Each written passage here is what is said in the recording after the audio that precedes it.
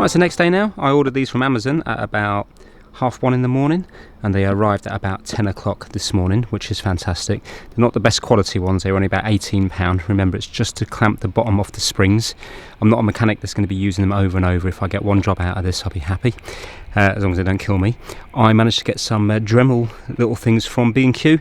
Pricey, about £11 for that, about £10 for this. But I like this one. This is 2 actual grinding discs, because you see these are cutting, but actually what I want to do is a bit of grinding. So that's perfect, 2 grinding discs. And I got my amalgamating tape left over from my Mr. Telephone days. So that's for the handbrake cable to wrap up. So I've got plenty to do today. It's just mostly going to be welding and stuff. So I think I'll probably just start filming again later on when I've got a few bits welded on. Right, I'm going to start welding up again. The problem with welding is I feel like I can't breathe today. I think this has to be the hottest day in the UK this year. Weird thing is, the sun's not even out. You know, there's no real shadows anywhere, but it's unbelievably hot. And of course, welding's hot, and also you got to keep covered up. So I've got this like hoodie on a day like today, which is torture. And also, I'm on a whinge fest. My neck is killing me because yesterday I had to keep lifting my head up off the ground, you know, to try to get different angles, and just because I couldn't weld with my head on the ground, I have to lift my head up to see what I'm doing. And I don't know if it's a sign of unfitness, but dearie me, all of my neck, all of my shoulders is killing me. So I suppose good for a workout, probably like similar thing to do in yoga. But yeah, it's incredibly hard. So yeah, I've just got plenty to get on with today. What am I gonna do? I'm gonna double weld this now. So I've done one pass everywhere. I'm gonna try to get another bead of weld all the way around. I've got to be careful how I do this, because I can't put this on next, because access to this is going to be limited. I've got to put this on next so I can at least get a really good weld one side, because I'm not going to be able to get a weld this side, because of course the hub thing here, the wheel hub, is in the way back here. So I don't think I'm going to be able to get any weld that side. So I've got to make sure that it really penetrates well on this side. I'll be able to get it at the top, and maybe a little bit at the you know, I might be able to get the other side of this on the top here, but definitely not down the bottom, as far as I remember anyway when I was under there. And then of course I can do this last, so I can weld the top of that, because I'll hopefully have access, and then I can really concentrate on getting the welds really good here at the bottom, you know, like that there.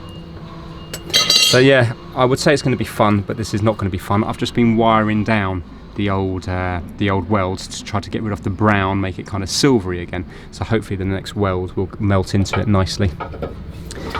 There we go. Wish me luck. Also, sorry, I read up about how to use the proper Rolls-Royce tool. So what you're supposed to do is have the car sat down normally, put the tool up through the middle, and then screw it into place. And then of course, when you then jack the car up, the spring won't compress because the tool's keeping the spring together. Then you just lift the spring out. So it does sound incredibly easy. So but even they recommend that even when you use the Rolls-Royce tool, that you still have the clamps on it, because you see the top one, the bottom one is just a hole, the top one is threaded, and there's a chance that the top one's failed. On my one it does look particularly good, but I haven't really examined it closely. So yeah, it's a clever idea of how to get it out. So I think what I'll do is, when I do all this, I'm hoping it's going to be strong enough at least to take to the MOT station, and it might be fine. I won't really know until I've fully done it. But if it's not, I'll buy the proper tool, and at least then the next guy, if I get it done professionally, is going to find it easier to remove the spring than I did, because he can hopefully use the proper tool and then just one lot of spring clamps in order to get it out. So I think what I'm doing now is adding value, even if I'm not sure if this is going to be the lasting fix that stays on the car. It all depends on how happy I am with the welding. I don't want to moan, but oh my god. You've got to walk with your head to get under there, because there's no room to move, yeah? And then you can't even get your head at the correct angle because that helmet's too big. And then what happens is, you do one weld. This has happened now 3 times on the trot. You just start your welding, and then all of a sudden it will pop, pop, pop, and then it will basically just stick to there. And then I've got to come out to free it. There's not enough room under there to free it. It takes another minute and a bit to come out using your head and your bum to walk out. And then you've got to spend ages freeing it up. You go back in and the same thing happens again. Yesterday the welder was working lovely. Today I don't know what I'm doing wrong. I've even upped the speed here a little bit, and it's still just I don't know, I don't get what it is. Unless the hole's gone a little bit bigger here or something. It's and also it keeps filling up with weld in here because, you know, I'm trying to weld underneath, and all the splats, because it splats so much, are just filling up in here. So then I'm trying to whack it on the ground here, and now I'm misshaping this. It is an absolute 100% nightmare, as in I don't know if I've got the patience to continue on this. It is doing my head in, and it doesn't help that it's red hot, so every part of me is wet, and when I mean every part, I mean every single part is dripping. It is infuriating. Just took my head in. I'll get back to this just later on. No way, you're kidding me. On top of that now, hottest day of the year, and now it's raining. What on earth? What are the odds of that? Unbelievable. Do you know what? I need to walk away. Listen. Thunder and lightning. What? I think that's a sign. I think God's telling me, Vince, walk away. Walk away and do something else. Anyway, I've managed to free it. I think what's happened is the end bit here has worn, and I think any opportunity, and it's just sticking to it. So I'm going to see if any spare ones came with the welder. I think I need some more of these ones here. Right, it's properly raining now, so realistically I'm not going to be lying in puddles today. If it stops raining, I'll be okay, but the ground's already starting to get wet. So I think today's going to be a failure. Really annoying, but like my dad says, he says, look, you've had a good run off it, and I have. I've had like a 3-week run off it, which is really good. I've had amazing weather for 3 weeks, so I can't complain. It's just annoying because you see the car's jacked up. You know, I'd be happy to leave the car just sat here for a month if it was on its wheels, but it's jacked up. I kind of wanted to get this all welded up so I can get the spring back in and get the car back down. It's really, really irritating, but hopefully it might stop. I can see bright skies in the distance over there, so it might stop over there. You never know if the wind's going that way. I don't know. Anyway, good news is there was one of these in the welding box and another one as well, so it looks like the kit came with 3. So yeah, I think what happened was it must have been slightly blocked, and if the wire was hesitant coming out, it was welding itself to this rather than coming out and welding itself to the metal. So yeah, hopefully now if the rain stops and I can lie back down again, then it should be working okay next time, I hope. Right, I don't know what's going on here. My welder's really playing up. It's freed again now, but as soon as I went underneath with the brand new one on, I didn't even get one weld. Just tack the thing, it sparks, and then it sticks, and then I've got to come out, I've got to free it, and yeah, it's doing the same as it was before with a new nozzle on there. There's no, when I turn it on here, it's coming out lovely. Yeah, that's coming out nice and smooth. There's nothing wrong there. It's something to do with the welding side of it. I'm wondering, is it because I'm trying to weld on top of weld now and it might be a little bit dirty? So I'm going to mess around now, see if I can get anything clean welds with that onto the metal, because yesterday it was all welding really nice. It was just awkward because I was in awkward positions, but the welding itself was okay. Don't know what's going on. Right now that welder's unusable, which is a real shame. Well, today was sent to test me, so basically it was just metal that wasn't particularly clean. So now that I've got nice lovely clean metal here, it did weld up quite nice, but then it stopped again. I thought it was the same problem, but it wasn't this time. It was that I'd run out of welding wire. So yeah, I'd reached the end of it.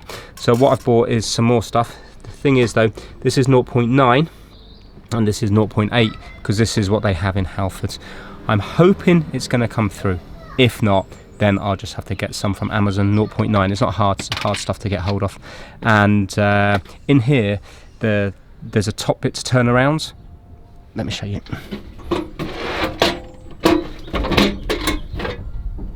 Right, you can spin this round here for different sizes of wire, but according to that, it's 0.5 and 0.8. So yeah, I'm hoping it's going to work.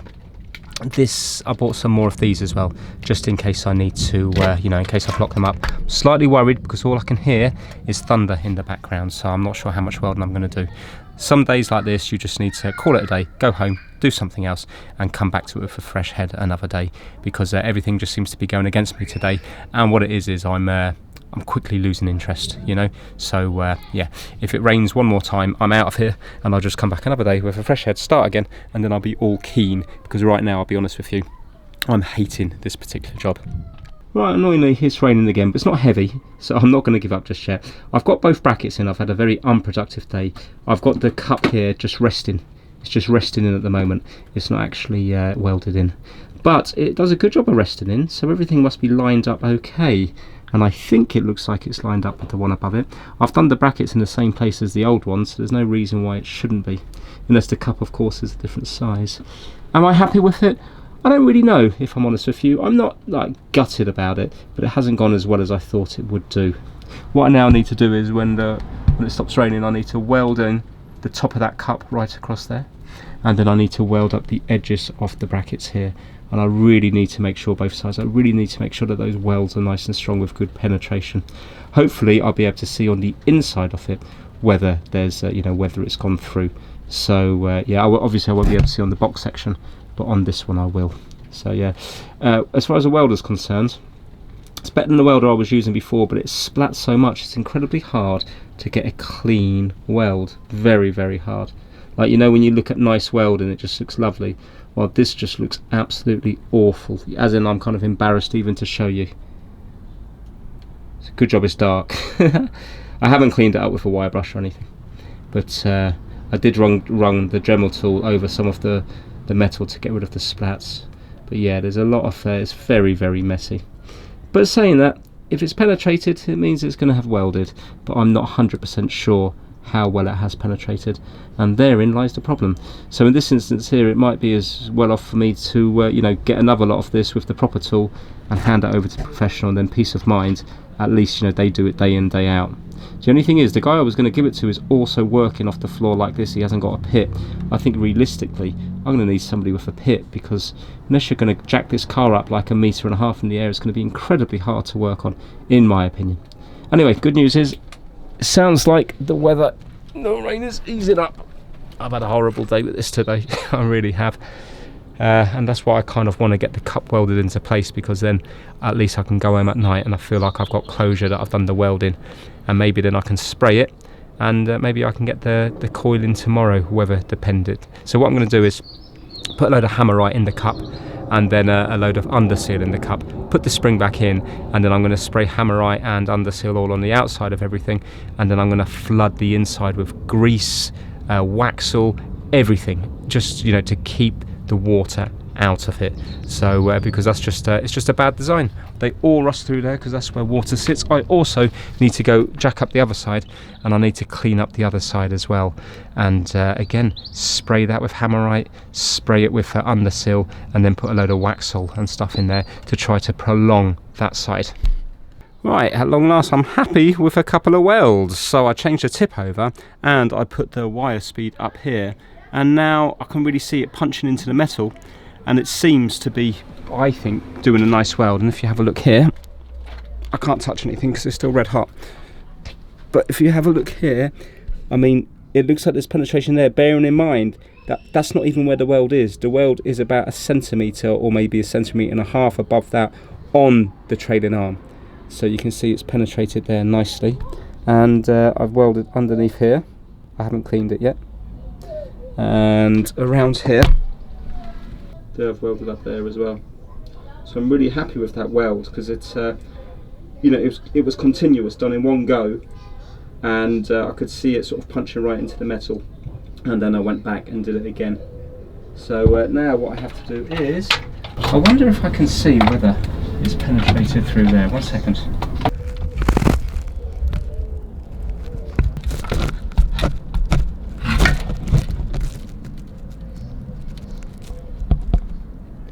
Well, I can see a weld mark there, and I can see it across the bottom there, and that's pretty thick metal. So if I can see it there, look at the splats.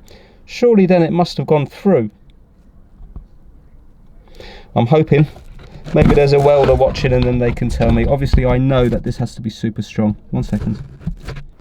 Yeah, so I'm not sure if you should be able to full on see the weld the other side, or do you just kind of see the burn marks.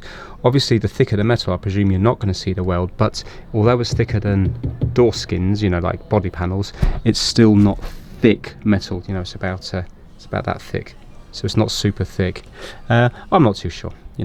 I definitely I think it's stronger than the rusty stuff that was there before. Right, I am finished with the welding at long last, and do you know what? The last hour and a half went really well.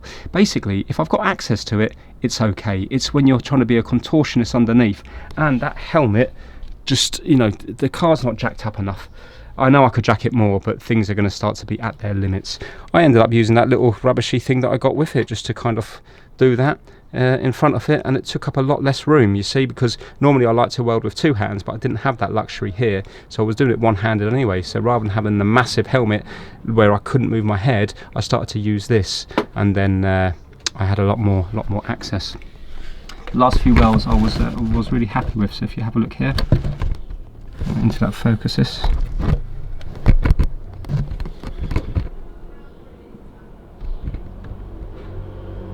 There we go.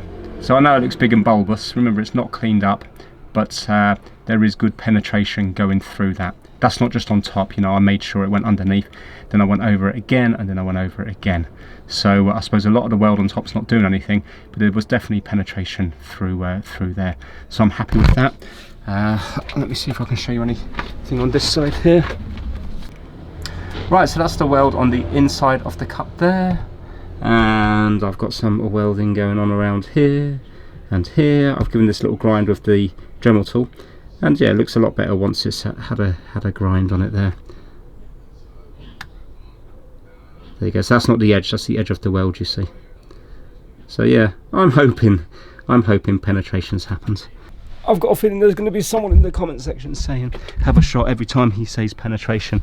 But when it comes to welding, I believe that is the most important thing. Here it is, the loaded death trap, and these are different than these ones here. To begin with, they're a lot bigger, which is better, but this is completely free to move, and this one goes up here. So on this one, it's like a double thread, so we have one going this way and one going this way, so when we turn it, it brings it both together. But with this, when we turn it, all that's happening is this is free to move, and this one moves along, but that's okay. So I'm not going to need anywhere near this. I'm just going to just try to clamp these 3 at the bottom here. Probably find that this is too big now. You know, having the 2 arms here I think is worse, because with this one it just grabs it in one spot. But this, you see, this is grabbing, but these ones are not, because they're off. So yeah, I don't know how good that's going to be. Anyway, I'm going to get a big spanner and start to tighten them up, and we'll see what happens. I haven't mentioned it yet in this video, but I made it quite clear in the previous episode. But if you haven't watched that, do not copy what you see in these videos. There's an amazing amount of energy stored in this coil. If these clamps were to fail or the coil was to snap, it would easily be enough to kill you or someone else in the nearby vicinity. So what I'm doing may not be the safest way of doing it. I'm using a cheap £18 tool, and the other tools that's already on here now are probably 20 something years old. I'm sure there's much safer ways to do this. So again, do not copy what you see in these videos, take it purely for entertainment. That being said, let's give a shout out to the My Mate Vince Massive. The members this month are kitdigital.com, Kip Hakes, Max Rokotansky, Having Fun Repairs, Chris Seal, Felipe at MrKeeps.com, DJ VG, Pigsy, Robert from Timsy's Auto Air, Daniel Watson, Zeeks C, Anthony Dean, Bazza2, Russ Melanson, Ellis Garbett, Gaspar Heller, Richard Bergland, Jacob Colpin, Matt Rawlins, and Soul Reaver 555. Soul Reaver reminds me of that lovely boat. Is it the Aqua Reaver? Lovely wooden thing. Anyway, back to the spring. Right, now I'm not sure if that's made any difference at all, but I'm just going to bring it up just to see how far away I am, because I don't want to put unnecessary tension in it if I don't need to. Now, when the old one came out, there was 3 shims, and there's 3 shims up the top as well. These are, I cut through these, yeah. But I don't want to reuse these ones because they're rusty. So it's already going to start spreading rust to what's there. So what I'm going to do now is, I'm not going to worry about the shims on the bottom, because realistically, am I going to notice a ride height that's different off, you know, like a couple of mil? I presume they're 1 mil each, so 3 mil, I'm not going to notice the ride height difference. But what I can do is, when it gets all put back together, if I get the Rolls-Royce tool, then it's no bother then to put up the middle, and then, you know, tighten it up, let them jack the car up, and then you see the spring will be loose, so you can just fit shims in afterwards. So I'm really not bothered about worrying about that now. Well, I'm not putting any grease in it yet. I'm just going to put this in the cup. Good news, that fits. I'm going to put this in. So basically with this one, it will pass through this one, and the top one has the thread.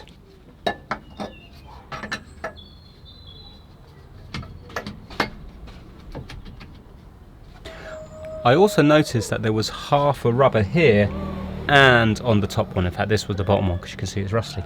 So this must be where the very bottom of the spring goes against. So obviously I'm going to reuse that.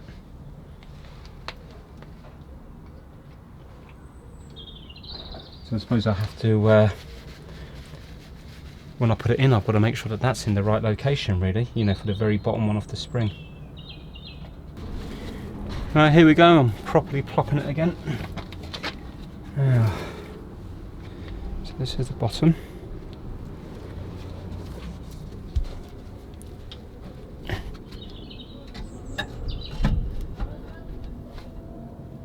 not going to go that way, is it? How do you go? Maybe I shouldn't put the handbrake cable back on just yet.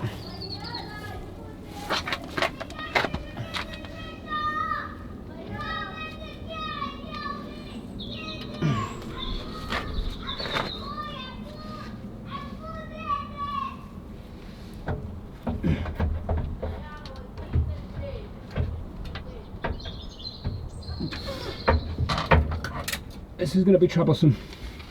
Does that go down anymore? A bit.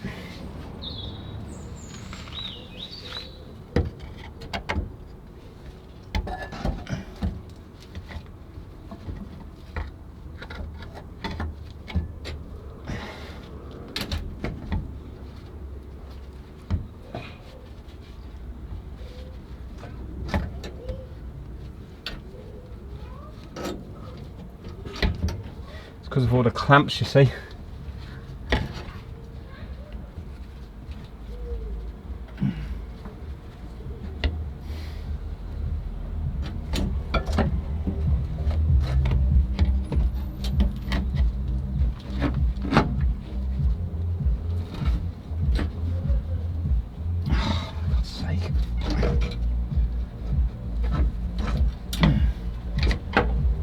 This is going to take my head off if it gives. I know it's a rubbish camera angle. Do you know what? I actually don't care. Right. Take the glasses off as well. I can't see a thing there, fogging up. Again, if it takes my head off, my eyes are the least of my worries.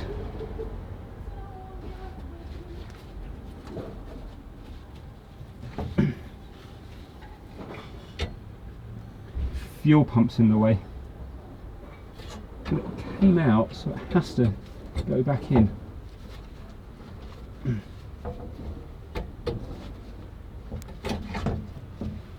Now this bit here is incredibly hard because the coil is much bulkier now than it was originally. I've got 4 clamps around it. I suppose this is where the Rolls-Royce tool will come in handy, because it doesn't add to the bulk of the coil, it goes straight up the middle. Anyway, I keep wiggling it around the place, and eventually I get it to kind of sit in its place, but this does take about 6 minutes. I say about, I know it takes 6 minutes because I've just timed it on the actual video here. But the problem is I've still got to get the cup and stuff in on top, and there's just not enough spare room. See, I've still got to try and get all this stuff in, which I don't think I'm going to be able to do. I think it needs to be compressed a lot more. Right, okay, yeah, it does.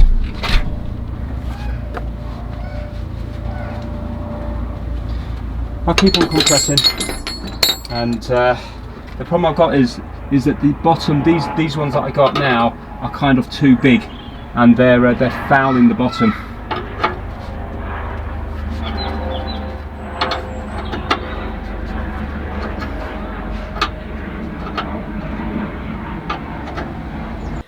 So I keep compressing and compressing and compressing, because the coil now is in position, but I need to get the top cup in. In hindsight, I wish I'd put the top cup in along with the rubber when the coil was out of the car, because then you see it sits into place and it would only need an extra couple of millimeters. But right now, I need another kind of like a good extra inch on the angle to be able to get the top cup in, because obviously it's shaped like a volcano, but an upside down volcano. So I can't get it into the spring. Once I can get it into the spring, it's not a problem. I'll have all the room in the world, but I have to keep compressing it down in order to get the upside down volcano into the spring. Again, first time doing it on a Rolls-Royce here, so I'm not going to know the ins and outs of it. But yeah, if I was doing it again, of course, I would put coils in the top. Well, the bottom one's fine because they go in the cup, but the top ones I would put in the actual spring coil itself, or the coil spring, before putting it into the car, and it would have just made life so much easier. Anyway, we're nearly there now. Check out this next bit.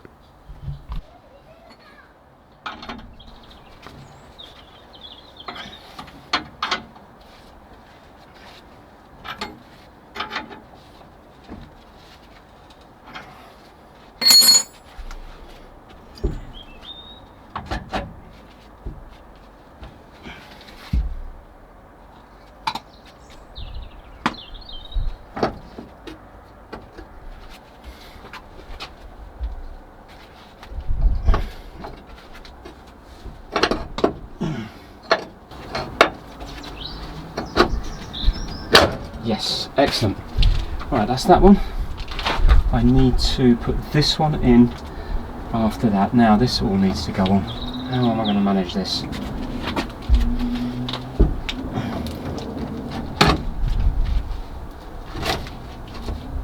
This is rubber, so that shouldn't be too bad.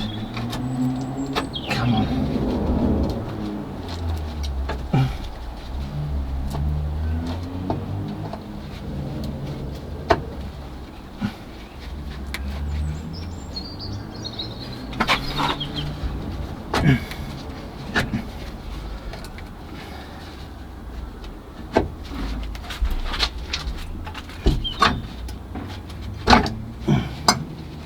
Wow, that's actually in place. Oh my word. Right now, where's the end of that there? Around here. So let's get this rubber thing in. At the bottom there. Put that round.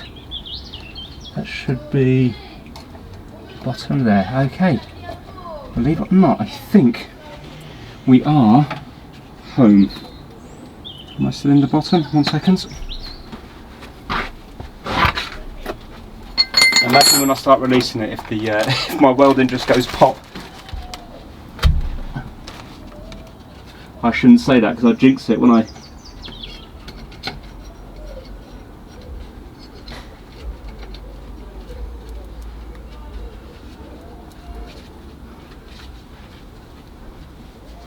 Okay. I think I can start undoing stuff. Amazing, it's all in place. Looking back at the video, I can't quite see the bit where I put the 3 shims up top in, but I did. A lot of this is in darkness, isn't it? You know, you can't really see what's going on, but I promise you I definitely put the 3 shims up the top.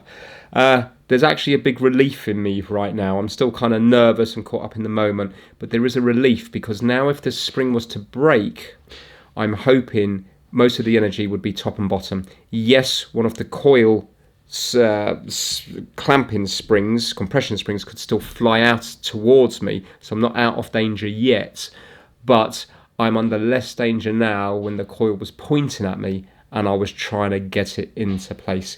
So now what I need to do is I need to start undoing the clamps, which will then release the energy from the spring. So I'm doing the 2 Amazon ones to begin with, but I'm not doing one then the other. I'm doing it bit by bit, so you know, like 3 or 4 turns of the spanner. Well, not whole turns, just like, you know, like quarter turns or eighth of a turn, and then I'm doing the left hand one, then the right hand one, and the left hand one, doing it bit by bit. Then when I've done them 2, I go onto my brother's clamps and I'm doing the same thing. But what I'm doing is, because the spring is kind of angled a little bit, because you see the clamps are in the way still, they're still fouling against things, I'm trying to undo the clamps to make the spring seat nicely. Rather than necessarily doing the clamps an even amount on each of them, I'm looking at the spring and I'm undoing the clamps to suit the spring. So if they look like they're coming out towards me a little bit, then I would undo the clamp nearest me, because then you see it's still clamped the other side, so it would want to go back. It's going to bend towards the back a bit more. And yeah, that's basically what I'm doing in this bit here.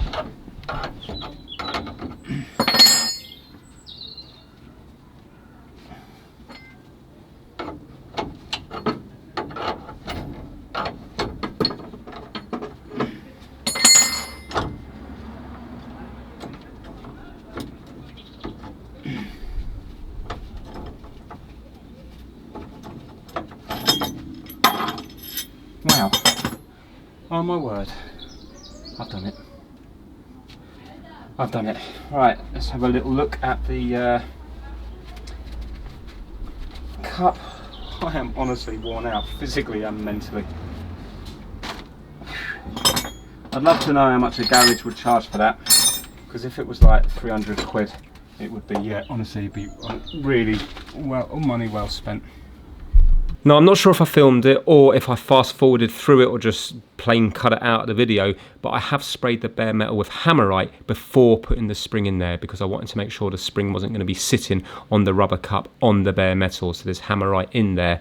But I will then be putting underseal on it in a few minutes, and after it's all dried, after a few days, I will be packing it with Waxall first and then a load of grease, but making sure those drain holes are still clear to let any water out. Well, I don't think it looks too crooked, and the bottom thing is holding right now, but whether when I put the wheel and the weight and everything on it now, because obviously it's under some tension now, but not as much as when the spring is more compressed. So yeah, but I am happy with that so far. Right, what I'm going to do now is, just off camera, I'm going to spray all this area here with underseal, and then I'm going to, well, no, I've got to leave it dry then, and then tomorrow I'll have to come along and I'll have to pack it full of grease and also Waxall and stuff, because you can see the top one's got a lot of grease on. But yeah, so otherwise it's just going to rot again. Yeah, I think that's okay. I mean, the bottom cup has to be in the same position because I used the same brackets, welded the brackets in the same place. So, hoping it's okay. I'm not sure if it's slightly bowed at the moment over this way, but maybe when I, you know, like put it down and put it back up again, it might find its home perfectly. It might not be perfectly centered up top there. Right, anyway, let me underseal it. But so far, so good. Last light now, it's been one very long day. But anyway, it is now done. So I've put underseal everywhere. It's still drying. I've gone a bit heavy-handed, so it's kind of dripping a bit. But there you go. That's it there. So I am going to take away all the jacks and everything, apart from the trolley jack. And I think just to end the video, to mimic a pothole, I'm actually going to let that trolley jack down quite fast, and we'll see whether it punches through. I'll be honest with you, I'll be very disappointed if it does punch through, but hopefully it won't. But it's much better that it punches through here rather than when I take it for the MOT. Right, here goes. I've all tidied away now. I know you can't see nothing, but I'm prepared for some strange noises, that's fair enough. But I would be gutted if it collapses, but I need to know. So I'm just going to let this go down quickly. I normally do it very gradually, but I'm going to let it go down quick because that will put that cup under a bit of pressure. So here we go.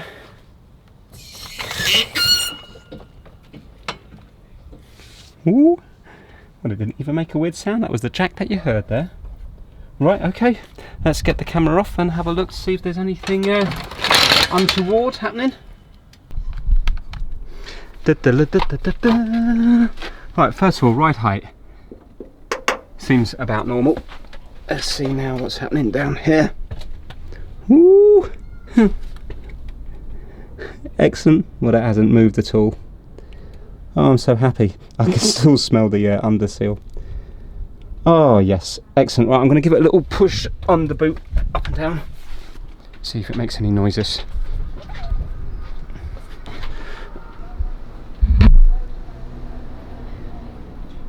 No, it does not. 1 second. That was my microphone that made that noise. Well, it's nice. It's not creaking or making any funny noises. Let's do the other side. Yeah. Well, so far, I think we can say a success. But I need to read the comment section to see what welders think of the penetration. But you know what? Look, even if it needs redoing, it's definitely better, because now with the Rolls-Royce tool you will be able to go through the bottom bit, because we've got a new cup, and through to the top bit, which the top cup looks good. So even though it's taken me a ridiculous amount of time and it's been very painful, it's been a painful video to do, if I'm honest with you, on your back the whole time under there, but the very fact you can use the Rolls-Royce tool now makes it a lot easier for when it gets done the next time. But you never know, it might not need to get done. That might be okay. So I'm going to take that as a success. Oh, I'm so glad I tackled that, because I've been putting it off for ages, and now you see it means I can get insurance for my car, tax for my car, and I can take it down to the local MOT station. That's not the one that said they would lift it up on ramps, but you know what, it can always be taken there another time in the future. So yeah, you know, I think safety wise it'd be best to take it somewhere very, very nearby. Fantastic. Well, I hope you enjoyed the video, and I will see you again hopefully very soon on the next Rolls-Royce video, or a normal trying to fix video. Take care, everyone. My oh my, massive apologies, 35 minutes of non-stop whinging. I would cut it out if I could, but there'd be nothing left of part 43. Look, I'm really sorry. I did find that particular episode, and also episode 42, very, very hard work. So incredibly hot days, having to wear hoodies is already going to be unpleasant. But as well as that, being wedged underneath a car, not even able to go onto your side, purely on your back, lifting your head up the whole time, being showered with sparks from the angle grinder on the first day and being showered with splats of red hot weld on the second day is not pleasant. Even look at the top of my arm now, I can see 4 tiny little cigarette burns. Well, less than that, you know, like 3 or 4 mil across. How they got there, I don't know. I wore a hoodie the whole time. But I could numerous times feel the weld landing on different parts of me, like parts of my hair, my neck and stuff like that. And of course these things are red hot little bits of metal. So yeah, very, very, very unpleasant. But look, it's done and dusted now. I can forget about it and move on. And hopefully part 44 onwards will be more fun. So yeah, apologies one more time. Maybe you got some enjoyment out of it, but I'm not really sure if anybody would have done, because it was just hearing somebody moan and whinge the whole time. But look, it's real life, and I can't be upbeat all the time, especially being faced with a horrendous job like that on a red hot day. So yeah, onwards and upwards. I promise you, well, I can't promise you, but I'm hoping part 44 onwards will be more fun. Thanks for watching if you managed to get to the end, and I will see you all very soon. Take care, everyone.